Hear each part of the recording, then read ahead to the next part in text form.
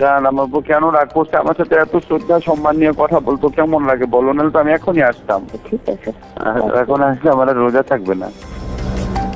জান আমার উপর কেন রাগ করছে? আমার সাথে এত শ্রদ্ধা সম্মান নিয়ে কথা বলতো কেমন লাগে বলো, নাহলে তো আমি এখনই আসতাম। আমার জাস্ট বুকটা ভেঙে গেছে। এইভাবে মানুষ বিজয় উদযাপন করে? আসল নাম মোহাম্মদ নজরুল ইসলাম, যাকে আপনারা চেনেন আসিফ নজরুল নামে। মোহাম্মদ নজরুল ইসলাম নাম পাল্টে যেভাবে আসিফ নজরুল হয়েছেন, ঠিক একইভাবে খোলস পাল্টে এক এক সময় এক এক পাত্রে হাজির হয়েছেন। পাত্র আলাদা হলেও পাত্রী হিসেবে আসিফ নজরুল সবখানে ফিট। কতটা ফিট সেটা জানতে আজকের পুরো অনুসন্ধান। আসিফ নজরুল স্যার, তুমি আসলে কার? কথায় আছে প্রয়োজনীয়তাই উদ্ভাবনের জনক। আসিফ নজরুল স্যারকে নিয়ে আজকের অনুসন্ধানটাও প্রয়োজনের প্রেক্ষিতেই করতে হয়েছে। অনেক জরুরি ইস্যুর মাঝেও আসিফ নজরুল স্যারের ইস্যুটাকে প্রাধান্য দিতে হয়েছে, কারণ তার হাতে আমাদের ভবিষ্যৎ গড়ার দায়িত্ব দিয়েছি আমরা। ইতিহাস গড়ার পথে যাত্রা করা ট্রেনের চালক যদি ভুল পথে যাত্রা করে, তাহলে এই জাতি আর কখনোই গন্তব্যে পৌঁছতে পারবে না।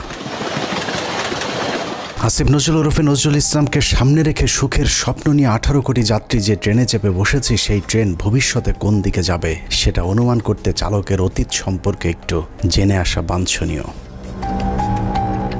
আসিফ নজরুলের অতীত কেমন সেটা জানার আগে ভারতীয় গোয়েন্দা সংস্থা বাংলাদেশে কিভাবে তাদের অপতৎপরতা চালায় সেটা একটু বুঝে আসতে হবে। বাংলাদেশের রয়ের প্ল্যান অনুযায়ী মোট 3টি লেয়ার কাজ করে। প্ল্যান এ সরাসরি ভারতের পক্ষে ঘোষণা দিয়ে কাজ করা, যেটা গেল 15 বছর আওয়ামী লীগ এবং হিন্দুরা করেছেন। রাষ্ট্রীয় গুরুত্বপূর্ণ প্রতিষ্ঠানগুলোতে বড় বড় পদ পদবি নিয়ে এরা সরাসরি ভারতের এজেন্ডা বাস্তবায়ন করেছে বাংলাদেশে। এমনকি শেখ হাসিনা নিজে ঘোষণা দিয়ে ভারতের পক্ষে কাজ করার কথা স্বীকার করেছেন। আমরা ভারতকে যে দিয়েছি সেটা ভারত সারা জীবন মনে রাখবে। দ্বিতীয় লেয়ারে থাকা রয়ের সদস্যরা কাজ করে গোপনে। তারা সরাসরি ভারতের পক্ষে কথা না বললেও ভারতীয় দূতাবাসের সাথে তাদের সার্বক্ষণিক যোগাযোগ রেখে ভারতের প্রয়োজনে সব কিছু করে থাকে। তৃতীয় লেয়ারে থাকা রয়ের সদস্যরা সবচেয়ে ভয়ঙ্কর। এদেরকে সাধারণ দৃষ্টিতে দেখে মনে হবে প্রচণ্ড ভারত বিরোধী, কিন্তু গোয়েন্দাদের প্রথম 2টি লেয়ার যখন অকৃতকার্য হয়, তখন সবশেষ লেয়ারটি কৌশলে দাঁড়িয়ে যায়। আর এই লেয়ারে যারা থাকে তাদের পরিচয় যখন প্রকাশ পায়, তখন আসলে কিছুই করার থাকে না। যে কারণে এদের ব্যাপারে অতি সাবধানী হওয়া অত্যন্ত জরুরি। এই শ্রেণীর ভারতীয় এজেন্টদেরকে সবচেয়ে বেশি কৌশলী হতে হয়, কারণ তাদেরকে ডুয়েল রোল প্লে করে দুই পক্ষকেই খুশি রাখতে হয়। এই ধরনের গোয়েন্দা এজেন্ট নির্বাচনে ভারতীয় গোয়েন্দাদের কিছু সুনির্দিষ্ট চাহিদা থাকে। এসব ক্ষেত্রে যারা আওয়ামী চেতনাধারী, দুশ্চরিত্র, ইসলাম বিদ্বেষী এমন ধরনের সব ব্যক্তিদেরকে বাছাই করা হয়। অন্তরে আওয়ামী চেতনা লালন করলেও প্রকাশ্যে তাদেরকে বিপরীত রূপে আত্মপ্রকাশ করানো হয়। এ ধরনের এজেন্ট তৈরিতে 1 যুগ 2 যুগ, আবার কখনো তারও বেশি সময় লেগে যায়, যাতে তাদের পেছনের ইতিহাস মানুষ ভুলে যায়। দেখতে কিছুটা নিষ্পাপ, শ্রুতিমধুর, বাকপটু গোছের এসব এজেন্টদেরকে দিয়ে কখনো কখনো সাধারণ ভারত বিরোধীদের চাইতেও কঠোর ভাষায় ভারতকে আক্রমণ করানো হয়, যা দেখে মনে হবে এরা প্রচণ্ড ভারত বিরোধী। আর এভাবেই তাদেরকে ভারত বিরোধী শিবিরে ধীরে ধীরে জনপ্রিয় করে তোলা হয়। এবং অত্যন্ত যৌক্তিক কারণে আজকে ভারতের বিরুদ্ধে আমাদের স্বাধীনতার ডাক দিতে হবে, ভারতের বিরুদ্ধে আমাদের সার্বভৌমত্বের ডাক দিতে হবে। আসিফ নজরুল ভারতের সেই দীর্ঘমেয়াদী প্ল্যান সি এর অংশ কিনা সেটা বুঝতে আমাদেরকে আরও 32 বছর পেছন থেকে শুরু করতে হবে। 19 জানুয়ারি 1992। 1975-এর 15 আগস্ট থেকে 1981 সাল পর্যন্ত 6 বছর ভারতীয় মগজ ধোলাইয়ের পর দেশে ফেরেন শেখ হাসিনা। শেখ হাসিনা দেশে ফেরার 15 দিনের মাথায় জিয়াউর রহমানকে হত্যা করে ভারত। জিয়াউর রহমান যেভাবে আন্তর্জাতিক মহলের কাছে জনপ্রিয় হয়ে উঠছিলেন, তাতে ভারতের মাথা ব্যথার কারণ হয়ে দাঁড়ায়, যে কারণেই তাকে হত্যা করে এরশাদকে ক্ষমতায় বসানো হয়। এদিকে প্রধানমন্ত্রী হিসেবে শেখ হাসিনাকে প্রস্তুতির কাজও চলতে থাকে।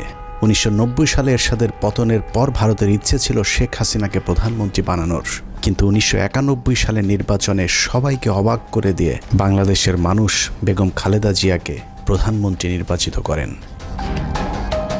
1991 সালে খালেদা জিয়া প্রধানমন্ত্রী হবার বছর না ঘুরতেই শুরু হয় ভারতের প্রথম চক্রান্ত।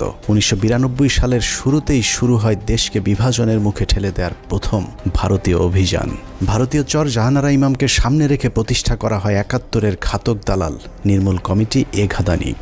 শুরু হয় বিভাজনের রাজনীতি। শেখ মুজিবের সময়ে কথিত যুদ্ধাপরাধের মীমাংসিত একটি বিষয়কে সামনে এনে পুরো জাতিকে স্বাধীনতার পক্ষ আর বিপক্ষের দুই ভাগে ভাগ করে দেয়া হয়। সার্বভৌম রাষ্ট্রের সংবিধানকে বৃদ্ধাঙ্গুলি দেখিয়ে তৈরি করা হয় কথিত গণ আদালত, এবং সেই আদালতে বিচারিক কার্যক্রম পরিচালনা করা হয় রাষ্ট্রের বিচার ব্যবস্থাকে চ্যালেঞ্জ করার অপরাধে খালেদা জিয়া সরকার জাহানারা ইমাম সহ 24 জনের বিরুদ্ধে একটি রাষ্ট্রদ্রোহ মামলা করেন। নিশ্চয়ই ভাবছেন অনুসন্ধানের কোথা থেকে কোথায় যাচ্ছি। আসলে এত কিছু বলার কারণ, যাকে নিয়ে অনুসন্ধানের শুরু করেছে সেই আসিফ নজরুলের আসল পরিচয় খুঁজে বের করতেই এত কিছু বলা হচ্ছে। 1992 সালে খালেদা জিয়ার সরকার প্রথম ভারতের যে ষড়যন্ত্র রুখে দিয়েছিলেন, সেই ষড়যন্ত্রের উদ্যোক্তাদের মধ্যে অন্যতম ছিলেন জাহানারা ইমাম, শাহরিয়ার কবির, মুনতাসির মামুন এবং ভারতীয় গুপ্তচর আসিফ নজরুল। জাহানারা ইমামকে প্রধান আসামি করে খালেদা জিয়ার সরকার যে রাষ্ট্রদ্রোহ মামলাটি করেছিল, সেই মামলার অন্যতম একজন আসামি ছিলেন আমাদের আজকের আসিফ নজরুল ওরফে মোহাম্মদ নজরুল ইসলাম। এই যে আসিফ নজরুল এখন নাম করা কলাম লেখক, তাকে নিয়োগ করা হলো। আপনারা জেনে খুশি হবেন, আসিফ নজরুলের আদর্শিক গুরুর নাম জনাব শাহরিয়ার কবির। শাহরিয়ার কবির যখন সাপ্তাহিক বিচিত্রার সম্পাদক, আসিফ নজরুল ছিলেন তার প্রধান সেনাপতি। ভারতের এজেন্ডা বাস্তবায়নে ভারতের প্রধান সেনাপতির ভূমিকায় ছিলেন শাহরিয়ার কবির। শাহরিয়ার আসিফদের যৌথ প্রযোজনায় ভারতীয় মিশন বাস্তবায়নের কাজ যখন তুঙ্গে, তখন ভারতীয় ষড়যন্ত্রের বীজ দাঁত ভেঙে দিতে উল্কার মতো ছুটে আসে এক উজ্জ্বল নক্ষত্র। আমরা ভারতকে দেখিয়ে দেব ইনশাআল্লাহ, এই পৃথিবীতে বাংলাদেশের সবচাইতে বড় দুশ্মন ভারত। সবচাইতে বড় দুশ্মন কে? হ্যামিলিয়নের বাঁশিওয়ালার মতো মাওলানা দেলোয়ার হোসেন সাঈদী যখন আ ক খ করে সারা দেশের মানুষকে ভারতীয় ষড়যন্ত্রের ব্যাপারে ঐক্যবদ্ধ করছিলেন, তখনই পদে আগুন জ্বলে যায় আসিফ নজরুল আর তার আধ্যাত্মিক গুরু শাহরিয়ার কবিরের। আমি আল্লাহর নামে কসম করে বলছি, আল্লাহ তোমার জাতের কসম, তোমার ইজ্জতের কসম, তোমার সম্মানের কসম, 1971 সনের এক ফোঁটা পানি বা কাদা আমার গায়ে লাগে নাই, লাগে নাই, লাগে নাই। ভারতের বিরুদ্ধে গর্জে ওঠা সাঈদী 80-র দশক থেকে এদেশের মানুষকে ভারতীয় ষড়যন্ত্রের বিষয়ে সচেতন করতে থাকেন। গল্প, কেচ্ছা কাহিনীর পরিবর্তে কোরআনে বিদ্যমান রাজনৈতিক এবং অর্থনৈতিক তফসিরের মধ্য দিয়ে নতুন ধারার কোরআনের মাহফিলের যাত্রা শুরু করেন আল্লামা দেলোয়ার হোসেন সাঈদী। বিড়ালের মতো 500 বছর বেঁচে থাকার কোনো লাভ নাই, সিংহের মতো 1 ঘন্টা বাঁচতে চাই। দলমত নির্বিশেষে সকলের কাছে সাঈদী যখন সমানভাবে সমাদৃত হয়ে উঠতে থাকেন, তখন 1989 সালে আসিফ নজরুল প্রথম ব্যক্তি যিনি তার পত্রিকার পৃষ্ঠা জুড়ে এক মিথ্যা সংবাদ ছাপান, যার শিরোনাম দেয়া হয় সাঈদী সমাচার, এক ধর্ম ব্যবসায়ীর উত্থান। বিশাল সেই সংবাদের কয়েকটি লাইন পড়লে আসিফ নজরুল কত বড় মাপের একজন মিথ্যুক, প্রতারক এবং হলুদ সাংবাদিক ছিলেন সেটার কিঞ্চিত প্রমাণ পেয়ে যাবেন। লেখার শুরুতেই সাংবাদিক আসিফ নজরুল লেখেন, মাওলানা দেলোয়ার হোসেন সাঈদী বিরোধী সাম্প্রতিক গণবিক্ষোভের মধ্য দিয়ে দেশে মৌদুদিবাদ এবং ধর্ম ব্যবসার রাজনীতির অগ্রহণযোগ্যতা আবারও প্রমাণিত হয়েছে। সিলেট, ঢাকা, চট্টগ্রাম সহ দেশের বিভিন্ন স্থানে জামাতের মঞ্চনায়ক সাঈদীর বিরুদ্ধে স্বতঃস্ফূর্তভাবে জনমত গড়ে উঠেছে। পিরোজপুরের এই মাওলানার জীবনে বিতর্কের সূচনা আগে থেকেই। শর্ষিনা মাদ্রাসায় 5ম ক্লাসের ছাত্র থাকাকালীন অবস্থায় জামাত রাজনীতি সংশ্লিষ্ট থাকার সন্দেহে তাকে মাদ্রাসা থেকে বের করে দেওয়া হয়। তারপর তিনি লেখেন, শর্ষিনা মাদ্রাসার পর তিনি খুলনা আলিয়া মাদ্রাসায় ভর্তি হন। সে মাদ্রাসা থেকে তিনি কামেল পাশ আদৌ করেছেন কিনা এ নিয়ে দেশের আলেম সমাজের প্রচুর সন্দেহ রয়েছে। দেশের শতাধিক আলেম এ বিষয়ে সত্যতা প্রমাণের জন্য সাঈদীর প্রতি একাধিকবার চ্যালেঞ্জ ছুড়ে দিলেও দেলোয়ার হোসেন সাঈদী নাকি কখনোই সেই চ্যালেঞ্জ গ্রহণ করেননি। সাঈদীর ইসলাম শিক্ষার পরিপূর্ণতা নিয়ে প্রশ্ন থাকলেও তার কণ্ঠ চটলতা এবং শ্রোতা আকর্ষণ ক্ষমতা বরাবরই দ্বিধাহীনভাবে স্বীকৃত। বিভিন্ন টকশোতে ব্যক্তিগত আক্রমণ করার বিরুদ্ধে সবক দেয়া আসিফ নজরুল তার সেই লেখায় দেলোয়ার হোসেন সাঈদীকে চরমভাবে ব্যক্তিগতভাবে আক্রমণ করেছিলেন। তিনি লিখেছেন, বিভিন্ন সূত্রের দেয়া তথ্য অনুযায়ী স্বাধীনতা যুদ্ধের আগেই কণ্ঠ সম্পদকে অবলম্বন করে সাঈদী পিরোজপুরের গড়ের হাটে সুর করে আতর, তসবিহ, ধর্মীয় পুস্তক বিক্রি করে জীবিকা নির্বাহ করতেন।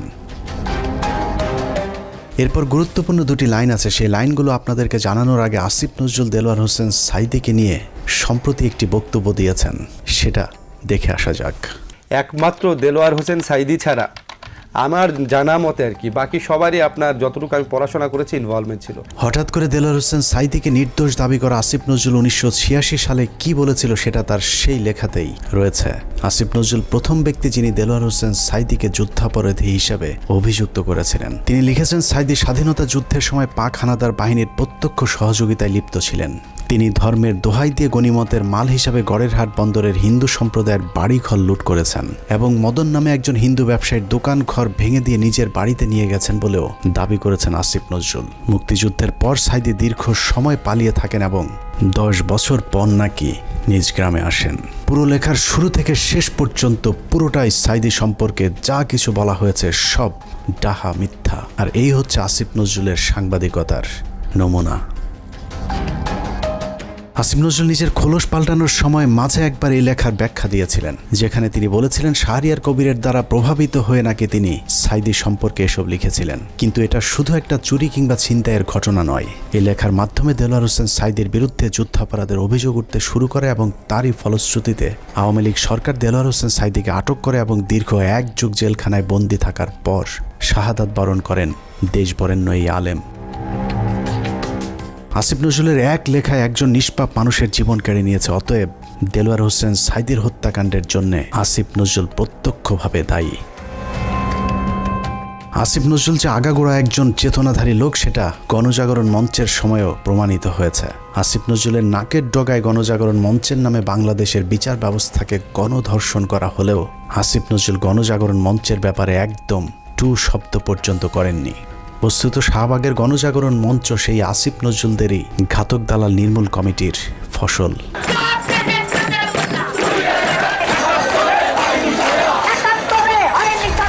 আসিফ নজরুলের কাঁধে দেয়া ভারতীয় ষড়যন্ত্রের প্রথম অ্যাসাইনমেন্ট শেষ হয়েছে। আসিফ নজরুল নিজেকে পাল্টে এখন ভারত বিরোধী আর আওয়ামী বিরোধী প্রমাণের চেষ্টা করে যাচ্ছেন। মাঝে হজ করে এসেছেন, রোজাও রাখেন, রোজার মাঝে পরকিয়া করতে গিয়ে কাপড়ও নষ্ট করেন। এখন তুমি বাসায় একা একা বসে আছো, কেউ যত্ন নিচ্ছে? যত্ন নেওয়ার কিছু না, আমি খালি শুয়ে ঘুমাচ্ছি আর শুয়ে আছে। চলে আসো না কেন, দেখে যাও আমাকে। হ্যাঁ, আমাকে দেখে যাও। আমিও তো চাই। জ্বর আক্রান্ত অবস্থায় পড়ে আছো এখন। আমি আসলে ইয়ে তো কেউ থাকে না কেন তোমার পাশে এখন? আসো, এসে দেখে যাও আমাকে। আসতে চাই। তোমাকে সবসময় দেখতেছিলাম। জান, আমার বউ কেন রাগ করছে আমার সাথে? এত শ্রদ্ধা সম্মান নিয়ে কথা বলতো কেমন লাগে বলো, নাহলে তো আমি এখনই আসতাম। চলে আসো, এখন তো আসবে না বাসায়। তোমার গাড়ি নাই? না, গাড়ি নেই। এই তুমি আসো না, কেউ আসবে না। এখন বাসার মধ্যে একটু জানলেই লাগছে আসতে। আচ্ছা ঠিক আছে, এখন আসলে আমার রোজা থাকবে না। আরেকজনের বউয়ের জ্বরে সেবার হাত বাড়িয়ে দেওয়া সমাজসেবক আসিফ নজরুল যে এখনও ভারতীয় জ্বর, চলুন তার আরও প্রমাণ দেখা যাক। রমনা বটমূল সারা দেশে সিরিজ বোমা হামলা, নারায়ণগঞ্জ গ্রেনেড হামলা থেকে শুরু করে বাংলাদেশে ভারতীয় গোয়েন্দা সংস্থার যে কটি বড় চক্রান্ত হয়েছে তার মধ্যে একটি 21শে আগস্ট গ্রেনেড হামলা। কতটা সূক্ষ্মভাবে 21শে আগস্টের ঘটনা ঘটিয়েছে তা নিয়ে আমাদের একটি অনুসন্ধান চলছে, যা কিছুদিনের মধ্যেই প্রকাশ করা হবে। সম্প্রতি 21শে আগস্টের মামলা থেকে তারেক রহমান সহ বিএনপির সব আসামিদেরকে অব্যাহতি দেওয়া হয়েছে। তার মানে বিএনপি এই ঘটনার সাথে জড়িত নয়। অথচ এই আসিফ নজরুলের স্বভাব সুলভ জোরালো ভঙ্গিতে বলেছিলেন 21শে আগস্ট গ্রেনেড হামলার জন্য দায়ী বিএনপি এবং ওই ঘটনাটি ধামাচাপা দেওয়ার জন্যও নাকি বিএনপি চেষ্টা করেছিল। বিএনপি কি এই হত্যার ঘটনা 21শে আগস্ট আক্রমণের ঘটনা ধামাচাপা দিতে চেয়েছে? অবশ্যই চেয়েছে। তারা জঘন্য রকম ভাবে ধামাচাপা দিতে চেয়েছে, হাস্যকর ভাবে ধামাচাপা দিতে চেয়েছে। এখন প্রশ্ন হলো আসিফ নজরুলের বক্তব্য কোনটা সঠিক? বিএনপি দোষী নাকি বিএনপি নির্দোষ? যদি এখন বিএনপির চাপে তারেক রহমানকে অব্যাহতি দিয়ে থাকে তাহলে তার পদত্যাগ করা উচিত। আর যদি আগের বক্তব্য মিথ্যা হয় তাহলে সেই মিথ্যা তিনি কার পরামর্শে বলেছিলেন সেই জবাব জনগণের সামনে দিতে হবে। আসলে আসিফ নজরুল আগে যা বলেছিলেন সেটাই তার আসল চরিত্র। এখন তিনি যা করছেন সেটা তার অভিনয়। উপরে উপরে নিজেকে আওয়ামী এবং ভারত বিরোধী প্রমাণের জন্য রক্ত গরম করার কথা বললেও আসিফ নজরুল আসলে একজন ভারতীয় জ্বর এবং তিনি যা কিছু করেন সবকিছু ভারতীয় থিঙ্ক ট্যাঙ্ক, ডেইলি স্টার এবং প্রথম আলোর অফিস থেকেই করানো হয়। অনেকেরই মনে হতে পারে আসিফ নজরুল আগে খারাপ থাকলেও এখন ভালো হয়ে গিয়েছেন, কিন্তু চলুন দেখা যাক আসিফ নজরুল আসলেই ভালো হয়েছেন কিনা। আমার জাস্ট বুকটা ভেঙে গেছে। এইভাবে মানুষ বিজয় উদযাপন করে? আপনার পলিটিক্যাল অপোনেন্টের উপর আপনার রাগ থাকতে পারে, আপনার পুলিশের উপর রাগ থাকতে পারে, এই জন্য এইভাবে নির্বিচার হামলা করা হবে। 5 তারিখ বিজয়ের পর আসিফ নজরুলের প্রথম ভিডিও বার্তা ছিল আওয়ামী লীগের প্রতি সমবেদনা জানিয়ে। আওয়ামী লীগকে বাঁচাতে তার কাকুতি দেখে মনে হয়েছে নিজ দলের নির্যাতিত মানুষের পক্ষে দাঁড়িয়েছেন আসিফ নজরুল। অথচ তার কয়েক ঘন্টা আগেও প্রায় 2000 মানুষকে নির্মমভাবে হত্যা করেছে এই আওয়ামী লীগেরই সন্ত্রাসীরা। একটা ঘটনা যেন আর না ঘটে। আমার প্রতি যদি আপনাদের বিন্দুমাত্র ভালোবাসা থাকে, যাদের ভালোবাসা থাকে, তারা এই কাজ করবেন না। আসিফ নজরুল সেই উপদেষ্টা যার কার্যালয় থেকে শেখ মুজিবের ছবি নামাতে সবচেয়ে বেশি সময় লেগেছে। আসিফ নজরুলের বাসায় প্রায় 2 মাস পালিয়েছিলেন সামন্তলাল সেন, যিনি জ্বালাও পোড়াও নাটকের মূল হোতা। আসিফ নজরুল তার চাচা শ্বশুর জাফর ইকবালকে আটক না করে দেশ থেকে পালিয়ে যেতে সুযোগ করে দিয়েছেন। অথচ 5 তারিখের 1 সপ্তাহ আগে যিনি আন্দোলনকারী ছাত্রদেরকে পাকিস্তানি রাজাকার বলে সরকারকে ছাত্র হত্যায় উস্কে দিয়েছিলেন। আসিফ নজরুল খুনের মামলার আসামি আনোয়ার হোসেন মঞ্জুকে পুলিশ আটক করার 1 ঘন্টার মাথায় ছেড়ে দিতে বাধ্য করেছিলেন। এই ঘটনায় আসিফ নজরুল তার এক সাংবাদিক বন্ধুর মাধ্যমে 5 কোটি টাকা নগদ ঘুষ নিয়েছিলেন। ঘটনাটি তদন্ত করলেই বেরিয়ে আসবে আসিফ নজরুলের তদবিরে আনোয়ার হোসেন মঞ্জু ছাড়া পেয়েছিলেন কিনা। অথচ মঞ্জুর ইত্তেফাক পত্রিকা গেল 15 বছর হাসিনার দালালি করেছে এবং আন্দোলনের সরাসরি ছাত্রদের বিরুদ্ধে অবস্থান নিয়েছিল ইত্তেফাক পত্রিকা। আসিফ নজরুল সেই উপদেষ্টা যার ইশারায় সাবের হোসেন চৌধুরী সহ একের পর এক আওয়ামী লীগের হত্যা মামলার আসামিরা জামিনে ছাড়া পাচ্ছেন। সূত্র জানিয়েছে প্রতিটি জামিনে আসিফ নজরুল মোটা অঙ্কের টাকা নিচ্ছেন। সবশেষ ঝিনাইদহের বিচারক জামিন দিতে না চাইলে তাকে ছুটিতে পাঠানোর ভয় দেখিয়ে ঝিনাইদহের আওয়ামী লীগের সাবেক এমপিকে জামিন দিতে বাধ্য করেন আসিফ নজরুল। ঝিনাইদহে নাশকতা ও হত্যা মামলায় গ্রেপ্তার আওয়ামী লীগের সাবেক 2 সংসদ সদস্যকে অন্তর্বর্তীকালীন জামিন দিয়েছে আদালত। আসিফ নজরুলের চাপে বিভিন্ন থানায় মামলা নিতে গড়িমসি করছে পুলিশ। কারণ আসিফ নজরুল গণহারে আসামিদের বিরুদ্ধে মামলা না দেওয়ার জন্য আওয়ামী লীগের পক্ষে দাঁড়িয়েছিলেন। তার দাবি শত শত মানুষের বিরুদ্ধে মামলা দেয়া যাবে না। অথচ আন্দোলনের সময় আওয়ামী লীগের হাজার হাজার সন্ত্রাসীরা ছাত্র হত্যায় অংশ নিয়েছিল। অথচ আসিফ নজরুল গণহারে মামলার বিপক্ষে। ঢালাও মামলার একটা খুব মারাত্মক একটা প্রকোপ দেশে দেখা দিয়েছে। এটা আমাদেরকে অত্যন্ত বিব্রত করে। এরই মধ্যে যেসব হত্যা মামলা হয়েছে তার অধিকাংশ আসামিকে ধরার কোনো তৎপরতা নেই। প্রায় সবখানে আওয়ামী লীগের লোকজন যেভাবে বুক ফুলিয়ে ঘুরে বেড়াচ্ছে তাতে মনে হচ্ছে এ যেন দেখার কেউ নেই। 15ই আগস্ট জাতীয় দিবস বাতিল করা হয়েছিল, সেই রায় স্থগিত করা হয়েছে আসিফ নজরুলের নির্দেশে। সবচেয়ে ভয়ঙ্কর বিষয় হলো যে ছাত্রদের প্রতিনিধি হিসাবে আসিফ নজরুল উপদেষ্টার পদ বাগিয়ে নিয়েছেন। সেই ছাত্রদের কতজন জুলাই হত্যাকাণ্ডে নিহত হয়েছিলেন তাদের সংখ্যাও এখন পর্যন্ত সঠিকভাবে গণনা করা হয়নি। যারা আহত হয়েছিল তাদেরও খোঁজ নিচ্ছে না সরকার। উন্নত চিকিৎসার অভাবে আহত অনেকে মৃত্যুর দিকে এগিয়ে যাচ্ছে। অথচ আগস্টেই বলা হয়েছিল তাদেরকে উন্নত চিকিৎসার জন্য বিদেশে পাঠানো হবে। বাস্তবে এখন পর্যন্ত একজনকেও বিদেশে পাঠানো হয়নি উন্নত চিকিৎসার জন্য। আমার এই শরীরে আমি কি করতে পারবো? যার হাত নাই সেই শরীরে কি করতে পারবে? যার পা নাই তার সে এখানে দেখেন চোখে অনেক গুলি আছে। আমার এলাকাতে আমার ছোট ভাই আমার একসাথে আন্দোলন করছে, ওর মাথার ভিতরে এখনো 2টা গুলি আছে। ইস্তিয়াক না, ও কি করবে? আমাদের পুনর্বাসনের একটা ব্যবস্থা করা উচিত। কি করতেছে টাকা তো কি করতেছে ওগুলা?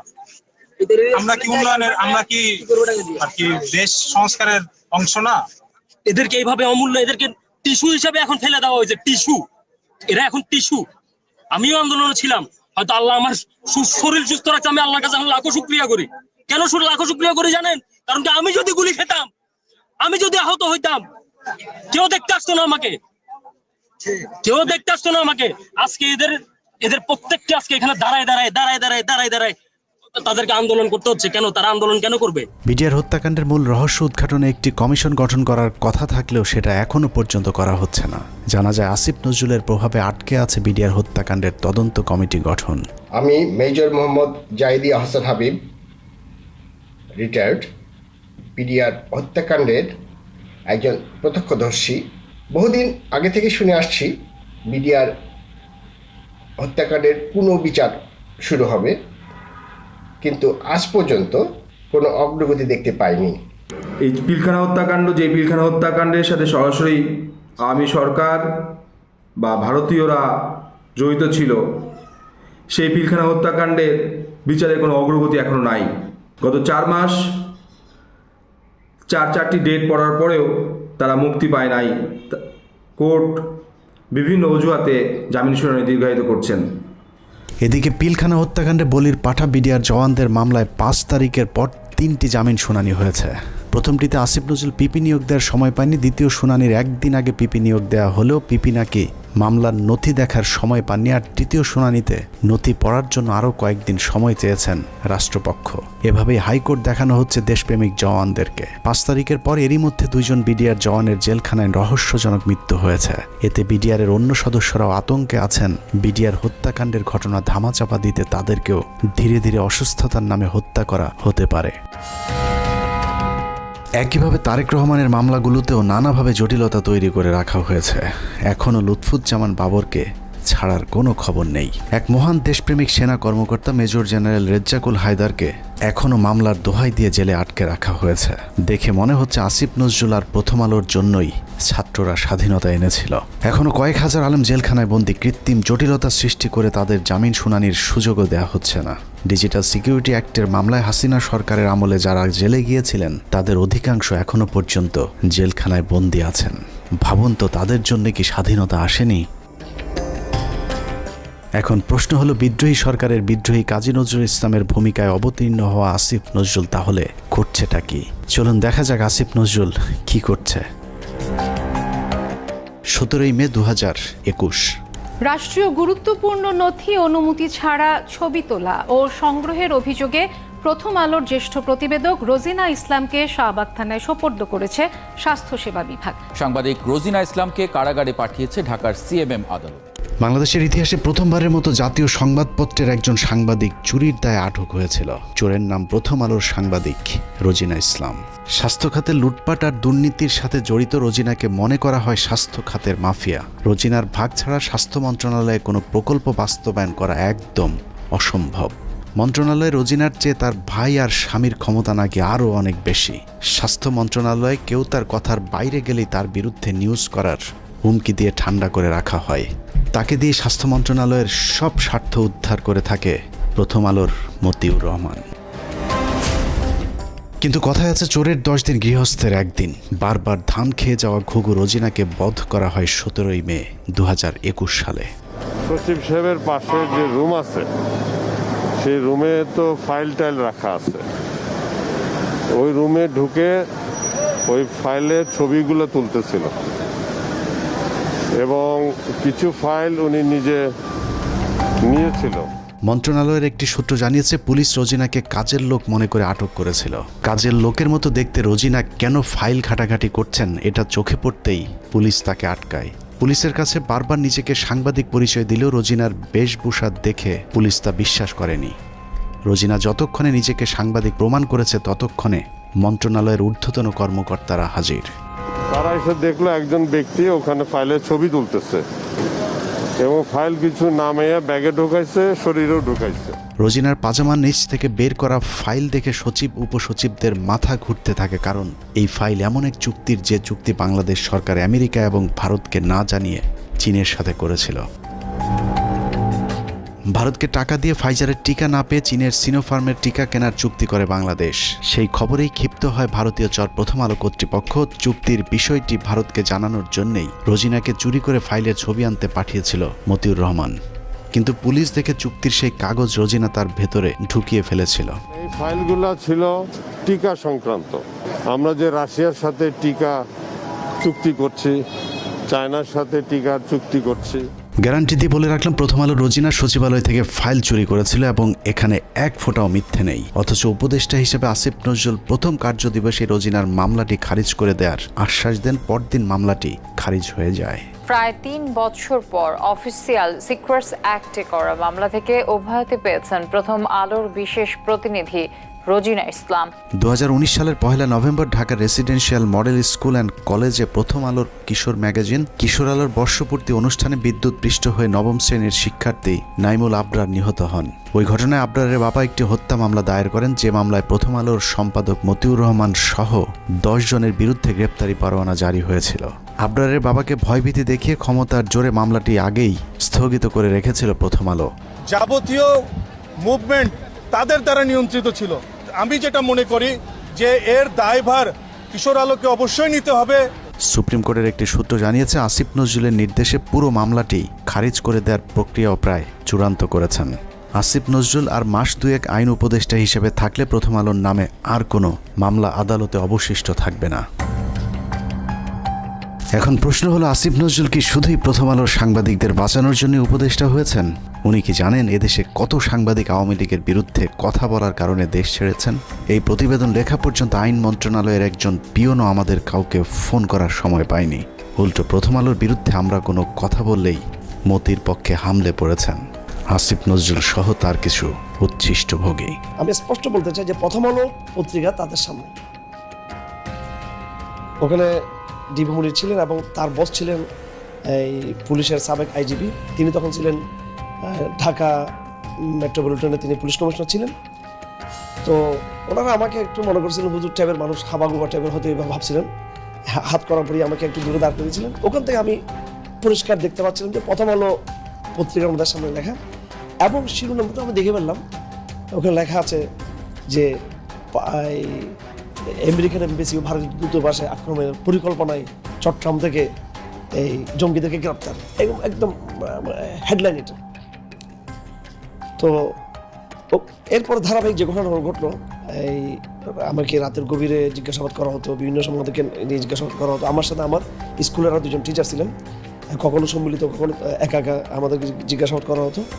আমার সাথে যেটা করছে সেটা আমি দেখছি যে ওনারা বিভিন্ন জিজ্ঞাসাবাদের সময় বিভিন্ন মিডিয়ার সাথে তারা পুরো আলাপ করতো। প্রথম আলোর বিরুদ্ধে নিরীহ মানুষকে জঙ্গি সাজানোর অভিযোগ নিয়ে 15 মিনিটসের পক্ষ থেকে একটি অনুসন্ধান করা হয়েছিল। গুরুতর সেই অভিযোগ তুলে ধরার পর আসিফ নজরুল প্রথম ব্যক্তি যিনি প্রথম আলোর পক্ষে ফেসবুকে পোস্ট করেছিলেন। একই অনুসন্ধানে ভারতীয় রয়ের সদস্য কালবেলার সন্তোষ শর্মার বিরুদ্ধেও গুরুতর সব অভিযোগ করেছিল বাংলাদেশের শীর্ষস্থানীয় কয়েকজন আলেম। সেই ঘটনাকে কেন্দ্র করে ভুক্তভোগীরা কালবেলা কার্যালয়ে অভিযোগ দিতে চাইলে আসিফ নজরুল তথ্য মন্ত্রণালয়কে চাপ দিয়ে বিক্ষোভকারীদের বিরুদ্ধে একটি বিজ্ঞপ্তি দেন। তথ্য মন্ত্রণালয় সেই বিজ্ঞপ্তি দেওয়ার পর আসিফ নজরুল সেই বিজ্ঞপ্তি শেয়ার করে আমাদেরকে হুমকি দেন, যদিও সংশ্লিষ্ট মন্ত্রণালয়ের উপদেষ্টা নাহিদ ইসলামও সেই বিজ্ঞপ্তি শেয়ার করার প্রয়োজন মনে করেননি। প্রশ্ন হলো, আসিফ নজরুলের আগ বাড়িয়ে কেন সেই বিজ্ঞপ্তি শেয়ার করতে হলো? আসিফ নজরুল এবং প্রথম আলোর প্রভাব কতটা শক্তিশালী সেটা বুঝতে দুটি ঘটনা তুলনা করা যাক। ডক্টর মোহাম্মদ ইউনূসের সরকার গঠনের পর ব্রিগেডিয়ার জেনারেল এম সাখাওয়াত সরকারের মুখপাত্রের ভূমিকায় ছিলেন। এটা অনেক বড় পার্টি এবং I have lot of respect for Awami League. বঙ্গবন্ধুর স্বপ্ন ছিল, নষ্ট করবেন না, এটা আপনার নষ্ট করার কোনো অধিকার নাই। পার্টিকে রিঅর্গানাইজ করেন, একটা পলিটিক্যাল পার্টির মতো যেভাবে থাকে, ইলেকশন আসলে ইলেকশন কন্টেস্ট করবেন। আওয়ামী লীগের পক্ষে সাখাওয়াতের এক বক্তব্যে মন্ত্রণালয় ছাড়তে হয়েছে প্রভাবশালী এই উপদেষ্টাকে। এবার চলুন প্রথম আলো আর আসিফ নজরুল কত শক্তিশালী সেটা দেখা যাক। 5টা মিনিটের লেগে তুই খালি একটু আয়া পর, তোরে মাইরা আমি ঘুমামু ভাই, আমার ঘুম হয় না, তোরে মাইরা ঘুমামু, তুই একটু আয় ভাই, তুই নিশুনে দাদা, তোর মায়ে ঘুমায়, তোর মায়ে। নাটক চলচ্চিত্রের মাধ্যমে পরকীয়া সমকামিতা থেকে শুরু করে ইসলাম বিদ্বেষ, সমাজ ধ্বংসের অন্যতম মাস্টার মাইন্ড মোস্তফা সরোয়ার ফারুকী। মোস্তফা সরোয়ার ফারুকী সংস্কৃতি উপদেষ্টা হিসেবে শপথ নেয়ার পর দেশের শতভাগ মানুষ তীব্র প্রতিবাদ জানিয়েছিল। তারপরেও ফারুকীকে সরানো যায়নি, কারণ আসিফ নজরুল এবং প্রথম আলোর যুগ্ম সম্পাদক আনিসুলের অনেক পুরাতন নারী সাপ্লায়ার মোস্তফা সরোয়ার ফারুকী। আসিফ নজরুল দাবি করেছেন তিনি ফারুকীর উপদেষ্টা হবার বিষয়ে কিছুই জানেন না, কিন্তু আমাদের হাতে আসা তথ্য বলছে আসিফ নজরুল ফারুকীর অনেক পুরাতন বন্ধু। প্রায় এক যুগ আগে ফারুকী এবং তিশার বিয়েতে হাতে গোনা যে কজন মানুষ দাওয়াত পেয়েছিলেন, আসিফ নজরুল সেই ভাগ্যবানদের মধ্যে একজন। মোস্তফা সরোয়ার ফারুকীর মন্ত্রণালয়টিও আসিফ নজরুলের নিজে ছেড়ে দেয় মন্ত্রণালয়। এবার প্রশ্ন আসতে পারে, ফারুকীর সাথে আসিফ নজরুলের সম্পর্ক আছে ঠিক আছে, কিন্তু প্রথম আলোর সাথে ফারুকীর সম্পর্কটা আসলে কি? এটাই আজকের অনুসন্ধানের সবচেয়ে গুরুত্বপূর্ণ বিষয়। আসিফ নজরুলের মতো হানি ট্র্যাপে পড়ে যারা প্রথম আলোর হয়ে কাজ করতে বাধ্য হন, তাদের জন্য প্রথম আলোর সবচেয়ে বড় ফাঁদ হচ্ছে মেরিল প্রথম আলো, এবং সেই সাথে সম্প্রতি যোগ হয়েছে চরকি নামে আরেকটি প্রথম আলোর ওটিটি প্ল্যাটফর্ম। চরকি নামক ওটিটির চক্করে ফেলে বিভিন্ন নায়িকার মডেলদের ক্যারিয়ার গড়ে দেওয়ার লোভ দেখে আসিফ নজরুলদের মতো খদ্দের সংগ্রহ করে প্রথম আলো। নায়িকা মডেলদের সাথে বিশেষ মুহূর্তের ভিডিও ধারণ করে আজীবনের জন্য জিম্মি করা হয় রাষ্ট্রের বিভিন্ন গুরুত্বপূর্ণ পদে থাকা ব্যক্তিদেরকে। এই ফাঁদ তৈরিতে সবচেয়ে গুরুত্বপূর্ণ ভূমিকা পালন করে রেদওয়ান রনি আর মোস্তফা সরোয়ার ফারুকী, যার আড়ালে থেকে সব কলকাঠি নাড়েন প্রথম আলোর সাংবাদিক আনিসুল হক। মোস্তফা সরোয়ার ফারুকীর মতো একজন লম্পট কিভাবে উপদেষ্টা হলেন সে বিষয়ে সিদ্দিকুর রহমানকে প্রশ্ন করা হয়েছিল। প্রশ্ন করতে অভিনেতা সিদ্দিকুর রহমান বলেন, সবই ভারতের খেলা। রিহাবে আছিল ফারুক, এটা তো জানি আমি। যখন রিহাবে ছিল তো অহংকার খাইনিও জানি আমি। এটা ইউনিভার্সাল ট্রুথ। সালারা দেখবি যে মানুষটাকে 90% মিডিয়ার মানুষ তাদের বিরোধী, 10% তার পক্ষের লোক পাওয়া যাবে কিনা সন্দেহ। সেই মানুষটা আমি পুরো অবাক হয়ে গেলাম। সরে তার বানাইছে প্রথম আলো, এটা তো প্রথম আলো, বেসিক্যালি প্রথম আলো, বুঝছি? ডেইলি স্টার প্রথম আলো। উইকিপিডিয়ার তথ্য অনুযায়ী ট্রান্সকম গ্রুপের মালিকানাধীন মিডিয়া স্টার লিমিটেডের অধীনে প্রথম আলোর মাধ্যমে পরিচালিত চরকি নামক প্রতিষ্ঠানটির প্রধান পরিচালনা কর্মকর্তা রেদওয়ান রনি, আর চরকিতে সবচেয়ে বেশি কন্টেন্টের যোগানদাতা মোস্তফা সরওয়ার ফারুকী। নারী খেকো আনিসুল, ফারুকী আর রনি 3 মাফিয়ার হাতে জিম্মি হয়ে আছে বাংলাদেশের মিডিয়া জগৎ। প্রথম আলো চক্রের ফাঁদে পা দিয়ে অনেক অভিনেত্রী অন্ধকার জগতে জড়িয়েছে, আবার যারা তাদের ফাঁদে পা দিতে রাজি হয়নি তাদেরও ক্যারিয়ার ধ্বংস হয়ে গিয়েছে। তো আজকাল তো দেখা যাচ্ছে শেখ হাসিনার তারাইয়া যেই জিনিসটা হয়েছে, সেখানে সেই উপদেষ্টারা মানে উচ্ছিষ্ট করছে দেশটাকে। যেমন ফারুকির জন্য যখন এই ডক্টর ইউনূস বাইরে গেল, রাস্তাঘাট ভাইঙ্গা মানে শেখ হাসিনার মতে তার বয়দায় করতে চাইছে, সে নির্লজ্জভাবে নতুন উপদেষ্টাদের সাথে শপথ নিয়ে চাকরি করা শুরু করলেন, একদিনও চাকরি মিস করেন নাই। এই ফারুকি তো একটা সময় দেখতাম গাঞ্জা ছাড়া কিছু খায় না, হ্যাঁ।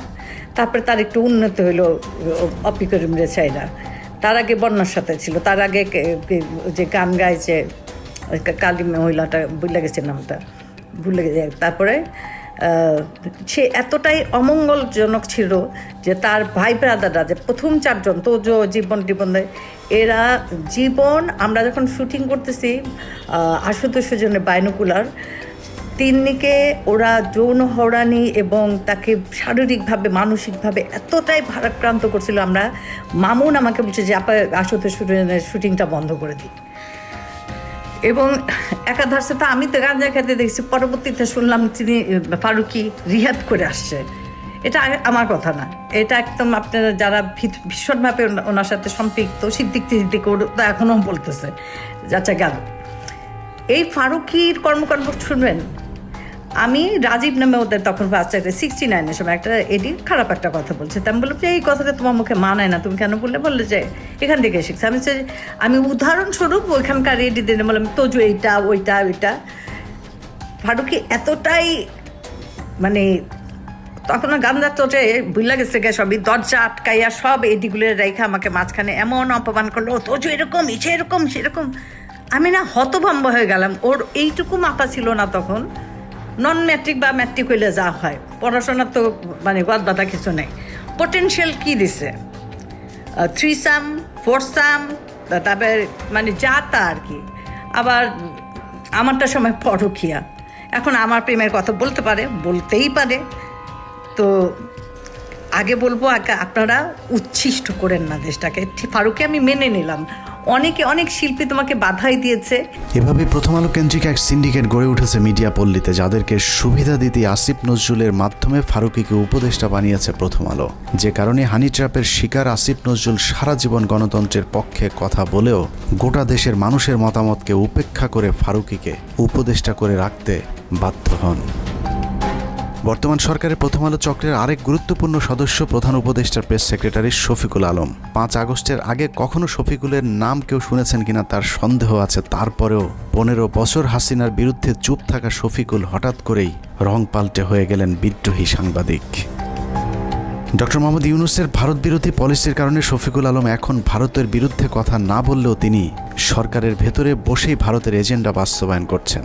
5 আগস্টের 4 দিন পর 9 তারিখে বাংলাদেশে হিন্দু নির্যাতনের মিথ্যে অভিযোগ তুলে শাহবাগে হিন্দুদের যে সমাবেশ হয়েছিল, সেই সংবাদ এএফপিতে প্রচার করে তিনি প্রথম বাংলাদেশে হিন্দু নির্যাতনের বিষয়টি আন্তর্জাতিক স্বীকৃতি দিয়েছিলেন, যে বিষয়টি তিনি ফেসবুকে পোস্ট করেছেন। এছাড়া রাহুল আনন্দের বাড়িতেও আন্দোলনকারীরাই নাকি অগ্নি সংযোগ করেছে এমন মিথ্যা গুজবও তিনি তার ফেসবুকে ছড়িয়েছিলেন।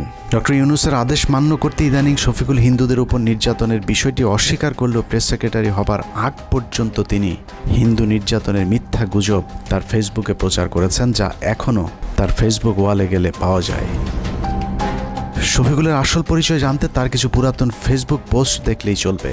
2020 সালে শেখ মুজিবের ব্যবহৃত জিনিসের প্রদর্শনীতে গিয়ে মুজিবের পছন্দের কালো কোট পরে ছবি পোস্ট করেছিলেন শফিক। অতীতে আওয়ামী প্রীতি এবং ইসলাম বিদ্বেষী এরকম অনেক পোস্ট রয়েছে শফিকুলের ফেসবুকে। 5 তারিখের পরেও অভ্যাসজনিত কারণে নিজের মুজিব প্রেম এবং ইসলাম বিদ্বেষী চিন্তার বহিঃপ্রকাশ ঘটছে তার বিভিন্ন লেখনীতে। 5 তারিখ শেখ মুজিবের মূর্তি ভাঙার ভিডিও শেয়ার করে শেখ মুজিবকে ইন্ডিপেন্ডেন্ট হিরো আখ্যা দিয়েছিলেন কথিত আওয়ামী বিরোধী সাংবাদিক শফিকুল আলম। আগস্টের 9 তারিখে শেখ মুজিবের নামের পরিবর্তে হযরত ইব্রাহিম আলাইহিস সালামের নামে এক্সপ্রেসওয়ের নাম পরিবর্তনে বেজায় কষ্ট পেয়েছিলেন শফিকুল আলম। শফিক লিখেছিলেন, শেখ মুজিবের নামের পরিবর্তে ইব্রাহিম আলাইহিস সালামের নাম দেওয়াটা একটা ফাজলামো। যারা মুজিবের নামের জায়গায় ইব্রাহিম আলাইহিস সালামের নাম চেয়েছেন তাদের বিচারের দাবি করে শফিকুল আলম লিখেছিলেন, যদি নাম পরিবর্তন করতেই হয় তাহলে ইব্রাহিমের নামের পরিবর্তে যোগেন্দ্রনাথ মণ্ডলের নাম দেয়া হোক। 15 বছর শেখ হাসিনা লুটপাটের উদ্দেশ্যে করা কোনো প্রকল্প নিয়ে শফিকের এত খারাপ লাগেনি যতটা মডেল মসজিদ করাতে লেগেছে। বিটিভির টকশোতে গিয়ে শফিক ক্ষোভ জানিয়ে বলেছেন, মডেল মসজিদ কেন বানাতে হবে? এই যে সরকারি ব্যয় আমার এত 560টা মসজিদ কেন করতে হবে? আমাদের মসজিদের কি অভাব পড়ছিল?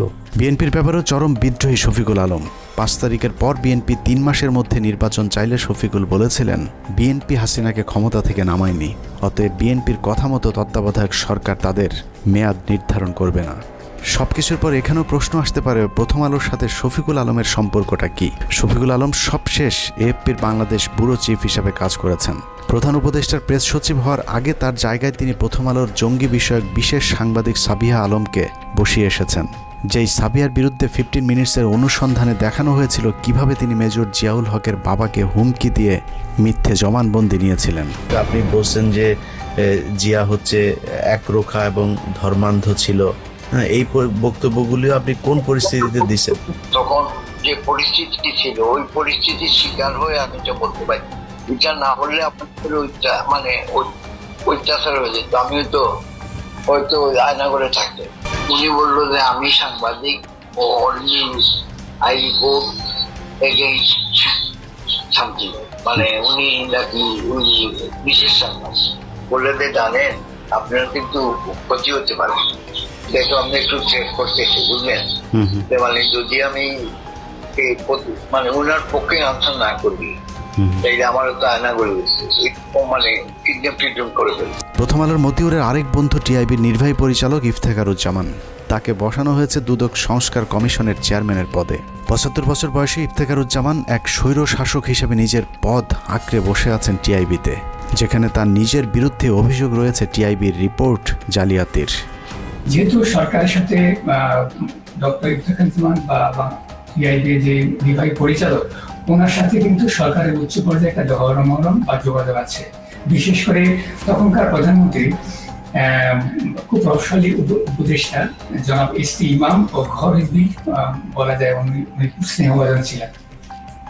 এখন অনেকটা বলা যায় এই সম্পর্কের কারণে আওয়ামী লীগ সরকার বা শেখ হাসিনার সরকার যাতে করে কোনো প্রকার ব্যয়কায়দা না পড়ে এবং টিআইবিও যেন ঝুঁকিতে না পড়ে বা শেখ হাসিনার বিরাট ভাজন না হয়, তখন উনি যে কাজটা করেছেন এই রিপোর্টটাকে তামাদি করে দিয়েছেন। উনি প্রকাশ না করার জন্য সিদ্ধান্ত নিয়েছিলেন এবং এই রিপোর্টটা যদি প্রকাশ পেত তাহলে বাংলাদেশের মানুষ, বাংলাদেশের জনগণ এবং বাংলাদেশের বিভিন্ন পর্যায়ে যারা আছে বা দাতা সংস্থাগুলোকে জানতে পারত যে বাংলাদেশে উচ্চ পর্যায়ে কিভাবে দুর্নীতিগুলো সংগঠিত হয়, আয়োজিত হয় এবং দুর্নীতির যে সাথে যুক্ত যারা মানে বলা যায় প্লেয়ার বা খেলোয়াড়, তারা কিভাবে সেখানে খেলে, হ্যাঁ, কার কি রোল থাকে এবং সেটার প্রভাব কি আমাদের দেশবাসী খুব ভালোভাবে জানতে পারত। টিআইবির সাবেক কর্মকর্তা রেজাউল করিমের করা কয়েকটি রিপোর্ট সহ বিগত আওয়ামী সরকারের বিরুদ্ধে করা গুরুত্বপূর্ণ কয়েকটি রিপোর্ট গায়েব করে দিয়েছিলেন ইফতেখারুজ্জামান। ইফতেখারের মাধ্যমে প্রথম আলো আসিফ নজরুল গং তাদের পছন্দের দুর্নীতিবাজ এক কর্মকর্তাকে দুদকের চেয়ারম্যান বানানোর অপতৎপরতা শুরু করেছেন।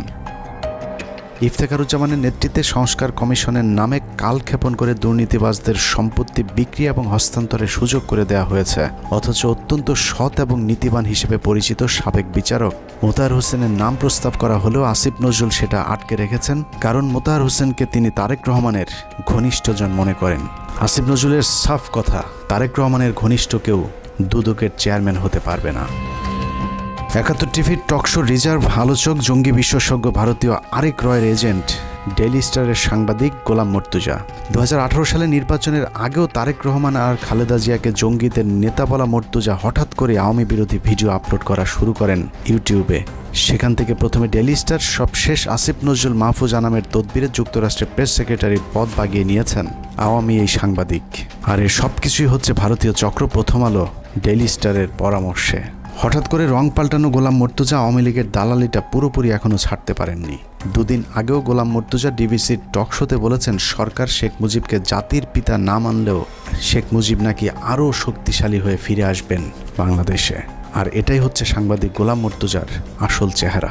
বঙ্গবন্ধু জাতির জনক হিসেবে যেভাবে ছিল সেভাবে থাকতে দিলেই সবচেয়ে ভালো হতো। বঙ্গবন্ধুকে ব্যবহার করা হয়েছে, সেই বঙ্গবন্ধুর আরেকবার মূল্যায়ন হবে এদেশে।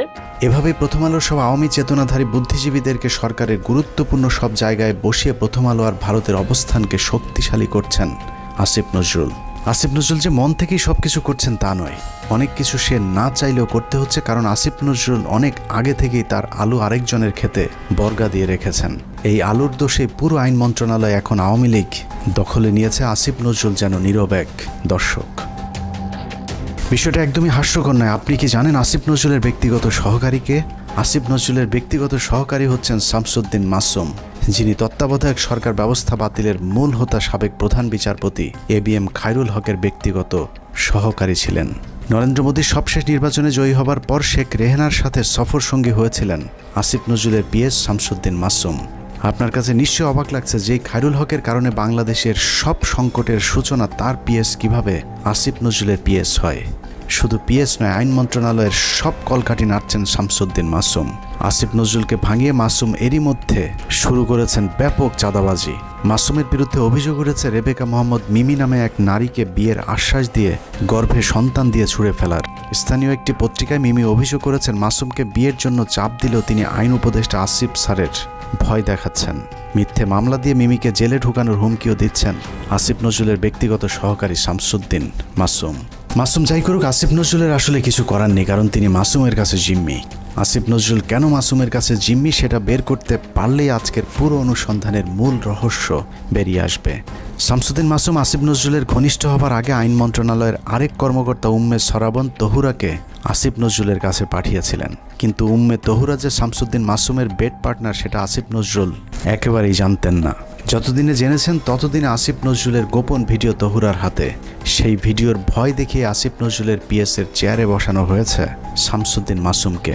আইন মন্ত্রণালয়ে আসিফ নজরুলের চেয়ার বড় হলেও ক্ষমতায় মাসুম আর তহুরা সবার চেয়ে উপরে, আর তাদেরকে দিয়ে প্রথম আলো আওয়ামীপন্থী কর্মকর্তাদেরকে গুরুত্বপূর্ণ সব পদে বসিয়ে যাচ্ছেন। এখানে প্রশ্ন আসতে পারে, তহুরা মাসুমের সাথে প্রথম আলোর সম্পর্কটা কি? আসিফ নজরুলকে হানি ট্র্যাপে ফেলা উম্মে তহুরা ছিলেন প্রথম আলোর সাংবাদিক।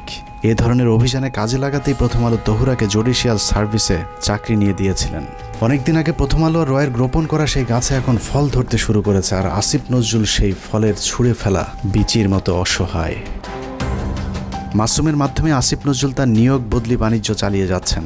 সূত্র জানিয়েছে আসিফ নজরুল তার স্ত্রীকে আমেরিকা পাঠানোর প্রস্তুতি নিয়েছেন এবং 5 তারিখের পর থেকে দুহাত ভরে টাকা কামাচ্ছেন এবং সেই টাকা যুক্তরাষ্ট্রে পাচার করবেন বলেও তার এক ঘনিষ্ঠ সূত্র জানিয়েছেন। এরই মধ্যে তার ঘনিষ্ঠ এক সাংবাদিকের মাধ্যমে $1.3 মিলিয়ন দিয়ে বাড়ি কেনার চেষ্টা করছেন আসিফ নজরুল। আপনি সংস্কার আমার তো এই সংস্কারের প্রতি আর কোনো বিশ্বাস নাই। তো আসিফ নজরুল, আপনি এত ছাত্রদের নিয়ে এত চিল্লাপাল্লা করেন, হই হুড়স্থুল করেন যে সংস্কার করে নাকি উল্টাইয়া দিবেন, তো আপনি 23 জন বিচারপতি নিয়োগ দিচ্ছেন কেন? এই সংস্কারটুকু না করে 23 জন বিচারপতি নিয়োগ দিচ্ছেন কেন? এভাবেই চলছে আসিফ নজরুলের সংস্কার। একদিকে ভারতীয় গোয়েন্দাদের শাখা অফিস ডেইলি স্টার প্রথম আলোর এজেন্টদেরকে বিভিন্ন জায়গায় বসানো হচ্ছে, অন্যদিকে আওয়ামী লীগকে বাঁচানোর সব চেষ্টা চালিয়ে যাচ্ছেন আসিফ নজরুল। মাঝখানে যে স্বপ্ন নিয়ে মানুষ জীবন দিল তাদের সেই স্বপ্ন অঙ্কুরেই বিনষ্ট হবার পথে। তারপরেও আমাদের দেশের কিছু মানুষ স্বপ্ন দেখে আসিফ নজরুলের হাত ধরে এই দেশ সিঙ্গাপুর হবে। তাদের সাথে আমিও একটু স্বপ্ন দেখতে চাই, আর সেই স্বপ্ন বাস্তবায়ন করতে হলে বাস্তবেও কিছু একটা হতে হবে। কিন্তু আসলেই কি বাস্তবে কিছুই হচ্ছে? আসিফ নজরুল সারা জীবন প্রবাসীদের জন্য মায়া কান্না করে আসলেও কার্যত প্রবাসীদের জন্য কোনো পদক্ষেপ নেওয়া হয়নি, অথচ সেই মন্ত্রণালয়টি এখন তার অধীনেই। এখনও সৌদি, মালয়েশিয়া, সিঙ্গাপুর সহ মধ্যপ্রাচ্যে যেতে আগের মতোই বাড়তি টাকা গুনতে হয়। এখনও কেউ মারা গেলে তাদের লাশ আনার টাকাটাও ওই পরিবারগুলোর জন্য বোঝা হয়ে দাঁড়ায়। সারা বছর ভারতের বিরুদ্ধে কথা বলে বিডিআর হত্যাকাণ্ড ধামাচাপা দেওয়ার চেষ্টা করছে আসিফ নজরুল। বিডিআর জওয়ানদের ছাড়ার কোনো ব্যবস্থা নেই। আওয়ামী বিচারকেরা এখনও পর্যন্ত তাদের বিচার কার্য চালিয়ে যাচ্ছেন। আওয়ামী লীগ আমলে জেলে যাওয়া রাজনৈতিক বন্দীরা এখনও জেলে পচে মরছেন, অথচ আসিফ নজরুলের কোনো ভ্রুক্ষেপ নেই। তারেক রহমানের বিরুদ্ধে মামলাগুলোর ক্ষেত্রে আইনের দোহাই দিয়ে আটকে রাখা হয়েছে। মাহমুদুর রহমানের মতো বিপ্লবীকে আইনের দোহাই দিয়ে জেলে ঢোকানো হয়েছে। কথায় কথায় আইন শেখানো আসিফ নজরুলকে উত্তর দিতে হবে কোন আইনে শেখ হাসিনাকে ক্ষমতা থেকে সরানো হয়েছে। আসিফ নজরুল উপদেষ্টাই বা হয়েছেন সংবিধানের কোন ধারায়? পুলিশ ধরার পর 3 হত্যা মামলার আসামি মুন্নি শাহ কোন আইনে ছাড়া পেলেন? রাতের আধারে আনোয়ার হোসেন মঞ্জুর কাছ থেকে 5 কোটি টাকা নিয়ে তারপর তাকে ছাড়তে বাধ্য করা সংবিধানের কত নম্বর অনুচ্ছেদে বর্ণিত আছে? আইন উপদেষ্টার চাচা শ্বশুর হলেই কি হত্যা মামলার ওয়ারেন্টের আসামিকে বিদেশে পাঠিয়ে দেওয়া যায়? তাহলে জাফর ইকবালকে আসিফ নজরুল কোন আইনে পালিয়ে যেতে সাহায্য করেছেন? সারা দেশে হত্যা মামলার আসামিরা নির্দ্বিধায় কোন আইনের বলে ঘুরে বেড়াচ্ছেন? বাংলাদেশের সংবিধানের কোন ধারায় তাদেরকে বাঁচানো হচ্ছে? পরিস্থিতি দেখে মনে হচ্ছে প্রথম আলোর তত্ত্বাবধানে সরকারের একটি অংশ আওয়ামী লীগকে বাঁচানোর আপ্রাণ চেষ্টা চালিয়ে যাচ্ছে। এত কিছুর পরও বিএনপি জামায়াতের এক শ্রেণীর নেতারা প্রথম আলো ডেইলি স্টারকে বাঁচাতে তাদের পাশে গিয়ে দাঁড়িয়েছে, অথচ 15 বছরে বাংলাদেশকে জঙ্গি রাষ্ট্র বানানোর কারিগর এই প্রথম আলো। শুধু বাংলাদেশ নয়, খালেদা জিয়া এবং তারেক রহমানকে জঙ্গিদের নেতা হিসাবে সারা পৃথিবীর কাছে তুলে ধরেছে এই প্রথম আলো ডেইলি স্টার। 2024 সালে বলে রাখলাম, প্রথম আলোকে ভারতমুক্ত করতে না পারলে এদেশকে আবারও ভুগতে হবে। সমস্যা হলো যেদিন বুঝবেন সেদিন আর কিছুই করার থাকবে না। ভারত আর আওয়ামী লীগ যদি আরেকবার সুযোগ পায় তাহলে এই দেশকে আর কখনোই স্বাধীনতার সূর্য দেখতে দেওয়া হবে না। কে কোন দল করে জানি না, শুধু এতটুকুই বলবো, প্রথম আলোর পক্ষে যে কথা বলবে সেই ভারতীয় দালাল। অতএব প্রথম আলো আর স্বাধীনতা একসাথে বাংলাদেশের মানচিত্রে থাকতে পারে না। এটা কোনো পত্রিকা নয়, এটা ভারতীয় গোয়েন্দা সংস্থার বাংলাদেশি একটি শাখা। আমরা কোনো পত্রিকা বন্ধ চাই না, কিন্তু প্রথম আলোর বিরুদ্ধে যে মানুষ হত্যার ভয়াবহ অভিযোগ উঠেছে তার বিচার যতদিন না হবে ততদিন তাদের বিরুদ্ধে আমাদের যুদ্ধ চলবে। তাদের পাশে যে দাঁড়াবে তাকেই শত্রু হিসেবে চিহ্নিত করা হবে। আল্লাহ হাফেজ।